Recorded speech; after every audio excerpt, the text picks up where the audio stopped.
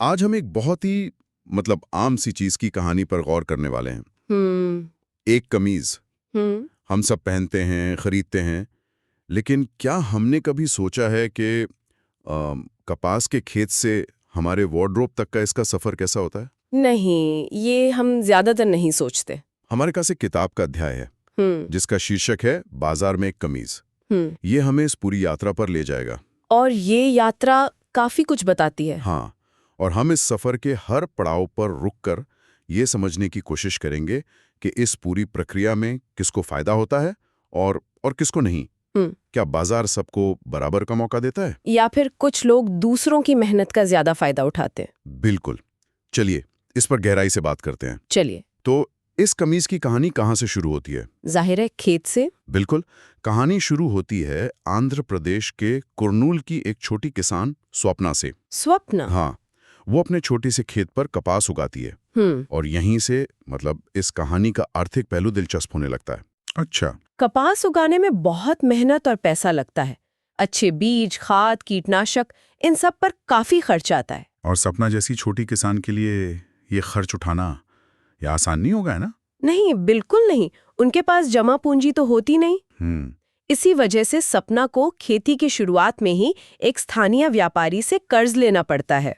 Okay. उसने 2,500 रुपए का कर्ज लिया, वो भी बहुत ऊंची ब्याज दर पर। अच्छा, तो ये एक सीधा साधा लोन है, लेकिन मुझे लग रहा है कि इसमें कोई पेंच जरूर होगा। आपने सही पकड़ा, पेंच था। कर्ज के साथ एक शर्त थी। क्या शर्त? व्यापारी ने सपना से वादा लिया कि जब फसल तैयार हो जाएगी तो वो अपनी सारी कपास उसी को बेचेगी। ओह, तो ये सिर्फ एक आर्थिक लेन देन नहीं है, ये तो एक तरह का जाल है। बिल्कुल। इस शर्त से व्यापारी दो चीजें पक्की कर लेता है। एक, उसे कपास की सप्लाई मिलती रहेगी, और दूसरा ये कि कपास की कीमत पर उसका पूरा कंट्रोल रहेगा। स्वप्ना के पास मोल भाव करने की कोई गुंजाइश ही नहीं बचती। ये तो शुरू से ही एक तरफा सौदा लग रहा है। तो फिर फसल कटने के बाद क्या हुआ? हिसाब का दिन आया होगा। हाँ, 4 महीने की कड़ी मेहनत के बाद देखते हैं स्वप्ना के हाथ में आखिर आता क्या है। मुझे उम्मीद तो है कि रकम अच्छी होगी, लेकिन डर भी लग रहा है। आपका डर सही है। जब स्वप्ना अपनी कपास लेकर व्यापारी के पास पहुंची तो उसकी कपास बिकी 6,000 रुपए में। 6,000 रुपए? हाँ, व्यापारी ने उसे 1,550 रुपए प्रति क्विंटल का भाव दिया। 6,000 रुपए सुनने में तो फिर भी ठीक लगता है। लेकिन रुकिए, इसमें से व्यापारी ने अपना कर्ज और ब्याज यानी 3,000 रुपए, मतलब आधा? हाँ आधा, वो तुरंत काट लिए। तो स्वप्ना के हाथ में आए सिर्फ 3,000 रुपए। सिर्फ 3,000? 4 महीने की दिन रात की मेहनत के बाद? ये तो 750 रुपए महीना हुआ। हाँ, एक दिहाड़ी मजदूर भी इससे कहीं ज्यादा कमा लेता है। ये तो बहुत ही ज्यादा नाइंसाफी है। बिल्कुल। और सबसे बुरी बात यह है कि स्वप्ना को पता था कि बाजार में कपास का भाव कम से कम 1,800 रुपए प्रति क्विंटल चल रहा है। तो वो कुछ बोली नहीं? उसने बहस नहीं की? वो नहीं कर सकती थी। वो व्यापारी गांव का ताकतवर आदमी है। भविष्य में अगर उसे फिर खेती के लिए या घर में किसी बीमारी के लिए या बच्चों की स्कूल की फीस के लिए पैसों की जरूरत पड़ेगी तो उसे उसी के पास जाना पड़ेगा। समझ गया। वो पूरी तरह से उस पर निर्भर है। हाँ, इसीलिए वो चुपचाप 3,000 रुपए लेकर घर आ गए। तो स्वप्ना की कहानी तो यहीं पर एक तरह से खत्म हो जाती है, लेकिन उसकी कपास का सफर वो तो अभी शुरू हुआ है ना? बिल्कुल। मुझे लगता था कि ये सीधे किसी बड़ी मिल में जाती होगी, पर ऐसा नहीं है ना? नहीं, इसका अगला पड़ाव और भी बड़ा और जटिल है। व्यापारी इस कच्ची कपास को तमिलनाडु के ईरोड शहर में ले जाता है। ईरोड? हाँ, ईरोड का कपड़ा बाजार दुनिया के सबसे बड़े बाजारों में से एक है। ये हफ्ते में 2 बार लगता है और यहाँ आसपास के गांवों से हजारों बुनकर और व्यापारी इकट्ठा होते हैं। अच्छा, तो यहाँ बुनकर सीधे व्यापारियों से मिलते हैं? हाँ। तो यहाँ पर क्या होता है? यहाँ एक खास सिस्टम काम करता है जिसे दादन व्यवस्था या अंग्रेजी में पुटिंग आउट सिस्टम कहते हैं। दादन व्यवस्था ये क्या है? आप इसे कपड़ा उद्योग का उबर जैसा समझ सकते हैं।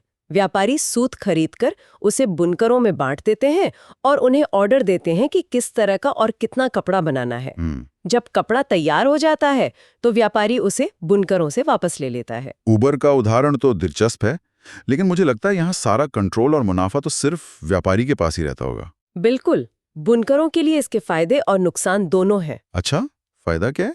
फायदा ये है कि बुनकरों को महंगा सूत खरीदने में अपनी पूंजी नहीं लगानी पड़ती और उन्हें इस बात की भी चिंता नहीं होती कि उनका बनाया हुआ कपड़ा बिकेगा या नहीं, क्योंकि व्यापारियों से खरीदने का वादा कर चुका है। सही, लेकिन नुकसान बहुत बड़ा है। वो पूरी तरह से व्यापारी पर निर्भर हो जाते हैं। किस तरह से? उन्हें क्या बनाना है, कितना बनाना है और सबसे जरूरी उसके लिए उन्हें कितने पैसे मिलेंगे, ये सब कुछ व्यापारी ही तय करता है। और मुझे अंदाजा है कि व्यापारियों ने बहुत अच्छी कीमत तो नहीं देता होगा। बिल्कुल नहीं। चलिए कुछ आंकड़ों पर नजर डालते हैं। एक बुनकर को करघा यानी लूम खरीदने के लिए करीब 20,000 रुपए लगाने पड़ते हैं। 20,000 रुपए एक करघे के लिए? हाँ, अगर किसी परिवार के पास 2 करघे हैं तो उनका निवेश 40,000 रुपए का हो गया। वो पूरे परिवार के साथ मिलकर दिन में 12-12 घंटे काम करते हैं। 12 घंटे? और इस सब के बदले में उन्हें महीने में कितनी कमाई होती होगी, कोई अंदाजा? जिस तरह से ये कहानी जा रही है, मैं कुछ अच्छा तो नहीं सोच पा रहा। शायद 8-10 हजार रुपए? सिर्फ लगभग 350 रुपए प्रति माह। क्या सिर्फ 350 रुपए? 40,000 रुपए का निवेश और 12 घंटे रोज काम करने के बाद? हाँ, ये तो स्वप्ना की हालत से भी बदतर लगता है। व्यापारी इतनी कम कीमत कैसे दे पाता है? ये तो शोषण है। ये इसलिए मुमकिन है क्योंकि बुनकरों के पास कोई और विकल्प नहीं होता। वो अकेले होते हैं और व्यापारी के पास पूरी ताकत होती है। बुनकरों को ये तक नहीं पता होता कि जो कपड़ा वो बना रहे हैं वो आगे जाकर किस दाम पर बिकेगा या उससे क्या बनेगा। वो इस पूरी चेन का बस एक छोटा शक्तिहीन हिस्सा है। ये तो बहुत निराशाजनक है। क्या इस चक्र से बाहर निकलने का कोई रास्ता नहीं है? क्या बुनकर हमेशा इन व्यापारियों पर ही निर्भर रहेंगे? एक रास्ता है जिसके बारे में हमारे स्रोत में बताया गया है। बुनकर सहकारी संस्थाएं, वीवर्स कोऑपरेटिव्स। मतलब कुछ बुनकर मिलकर अपना समूह बना लेते हैं। हाँ, बिल्कुल। इस मॉडल में बुनकर मिलकर एक समूह बनाते हैं। वो सूत थोक में खुद खरीदते हैं जिससे उन्हें सस्ता पड़ता है। अच्छा। फिर वो मिलकर कपड़ा बनाते हैं और सबसे जरूरी बात, वो उसकी मार्केटिंग और बिक्री भी खुद ही करते हैं। मतलब बिचौलिया हट गया। हाँ, इससे बीच का जो व्यापारी या बिचौलिया है वो पूरी तरह से हट जाता है। ये तो सुनने में बहुत अच्छा लग रहा है। जब बिचौलिया हट जाएगा तो मुनाफा सीधा बुनकरों को मिलेगा। सही। लेकिन क्या ये सहकारी समितियां वाकई में काम करती हैं? क्या ये बड़े और ताकतवर व्यापारियों का मुकाबला कर पाती हैं? ये आसान नहीं है, लेकिन ये मुमकिन है। इसका एक बहुत अच्छा उदाहरण तमिलनाडु सरकार का है। वो क्या करती है? वो अपने निःशुल्क स्कूल वर्दी कार्यक्रम के लिए कपड़ा इन्हीं सहकारी समितियों से खरीदती है। अच्छा, तो उन्हें एक बड़ा और भरोसेमंद खरीदार मिल जाता है। बिल्कुल। इसके अलावा कोऑप्टेक्स जैसे सरकारी स्टोर भी इन्हीं सहकारी समितियों का बनाया हुआ कपड़ा बेचते हैं। ये एक ऐसा इकोसिस्टम बनाने की कोशिश है जहां उत्पादक को उसकी मेहनत का सही दाम मिले। तो ये एक उम्मीद की किरण है। ये दिखाता है कि अगर सही नीतियां हों तो बाजार की संरचना को बदला जा सकता है। हाँ, बिल्कुल। चलिए, अब कहानी को आगे बढ़ाते हैं। हमने एक वैकल्पिक रास्ता देखा, लेकिन हमारी कमीज तो उस व्यापारी के पास है जो दादन व्यवस्था से काम करवाता है। अब उस कपड़े का क्या होता है? ईरोड का व्यापारी उस कपड़े को दिल्ली के पास एक गारमेंट एक्सपोर्ट करने वाली फैक्ट्री को बेच देता है। ओके, तो अब फैक्ट्री में। हाँ, अब यहाँ से हमारी कमीज का बनना शुरू होता है और इसी के साथ शक्ति का एक और बड़ा खिलाड़ी इस खेल में शामिल होता है। और वो कौन है? वो है अमेरिका और यूरोप के बड़े विदेशी खरीदार। ये बड़ी बड़ी रिटेल चेन्स के मालिक होते हैं। अच्छा, तो अब बड़े अंतर्राष्ट्रीय खिलाड़ी मैदान में आ गए हैं। मैं अंदाजा लगा सकता हूं कि उनकी अपनी शर्तें और मांगे होंगी। उनकी मांगे बहुत सख्त होती हैं। पहले, उन्हें सबसे कम दाम चाहिए, हमेशा की तरह। दूसरी, क्वालिटी एकदम बेहतरीन होनी चाहिए और तीसरी, डिलीवरी बिल्कुल समय पर होनी चाहिए।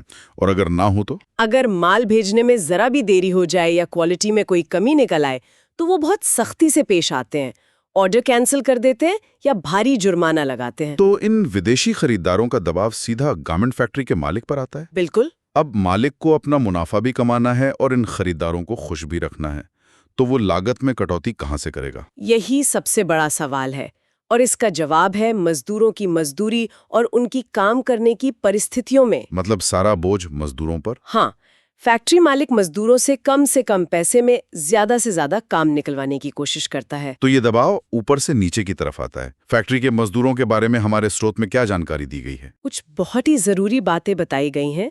पहली, इन फैक्ट्रियों में काम करने वाले ज्यादातर मजदूर महिलाएं होती हैं। ज्यादातर महिलाएं? दूसरी, उनमें से ज्यादातर को अस्थायी यानी टेम्पररी बेसिस पर काम पर रखा जाता है। जिसका मतलब है कोई जॉब सिक्योरिटी नहीं। कोई नहीं। जब भी फैक्ट्री मालिक को लगे कि काम कम है या किसी मजदूर की जरूरत नहीं है, तो उसे बिना किसी नोटिस के काम से निकाला जा सकता है। और उनकी मजदूरी, उसका क्या हाल है? मजदूरी बहुत कम है। जो महिलाएं बटन लगाने, धागा काटने या इस्त्री करने जैसे काम करती हैं, हाँ, उन्हें महीने के सिर्फ 1500 रुपए तक मिलते हैं। 1500 रुपए? हाँ, और जो कुशल दर्जी हैं, उन्हें भी मुश्किल से 3000 रुपए प्रति माह मिलते हैं। 1 मिनट, क्या कहा आपने? दर्जी को 3000 रुपए महीना? ये तो बुनकर की कमाई के बराबर है। जी। और धागा काटने वाली महिला को सिर्फ 1500 रुपए? ये तो अकल्पनीय है। तो मतलब एक अमेरिकी स्टोर में शर्ट की कीमत कम रखने का दबाव सीधा दिल्ली के पास एक फैक्ट्री में काम करने वाली महिला की तनख्वाह पर असर डालता है। ये कनेक्शन इतना ही सीधा और क्रूर है। वाह! ये पूरी वैश्विक श्रृंखला इसी तरह से जुड़ी हुई है। एक जगह पर मिलने वाले फायदे की कीमत श्रृंखला में कहीं और किसी को चुकानी पड़ती है। तो अब हमारी कमीज बनकर तैयार है। दिल्ली की फैक्ट्री से निकलकर ये आखिरकार अपने अंतिम पड़ाव पर पहुंचती है। संयुक्त राज्य अमेरिका का एक बड़ा चमचमाता हुआ स्टोर। हाँ, जहां उसे करीने से डिस्प्ले पर लगाया जाता है। बिल्कुल। अब आता है वो सवाल जिसका हम सबको इंतजार है। ओके, तो एक बार याद कर लेते हैं। किसान स्वप्ना को 4 महीने की मेहनत के बाद मिले 3000 रुपए। बुनकर परिवार 12 घंटे काम करके महीने के करीब 350 रुपए कमा रहा है। सही। और फैक्ट्री में कमीज सिलने वाले दर्जी को मिल रहे हैं लगभग 3000 रुपए महीना। जी। अब बताइए, इस कमीज पर प्राइस टैग कितने का लगा है? इस कमीज का दाम है $26। $26। भारतीय रुपयों में ये हुए लगभग 1800 रुपए। 1800 रुपए?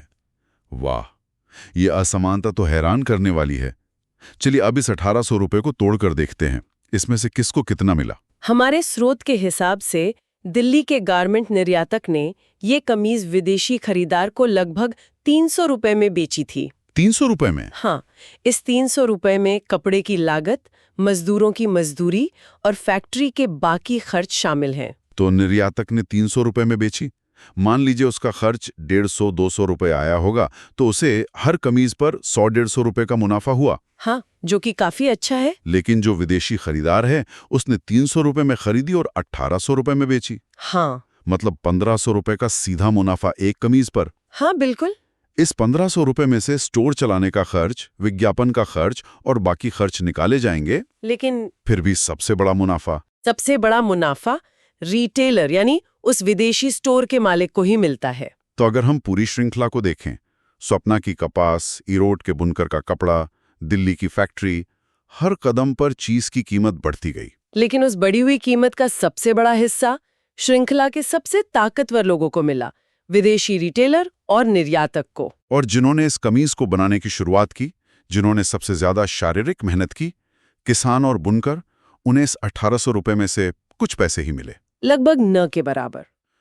ये तो साफ है कि बाजार में मेहनत की नहीं, ताकत की कीमत है। बिल्कुल।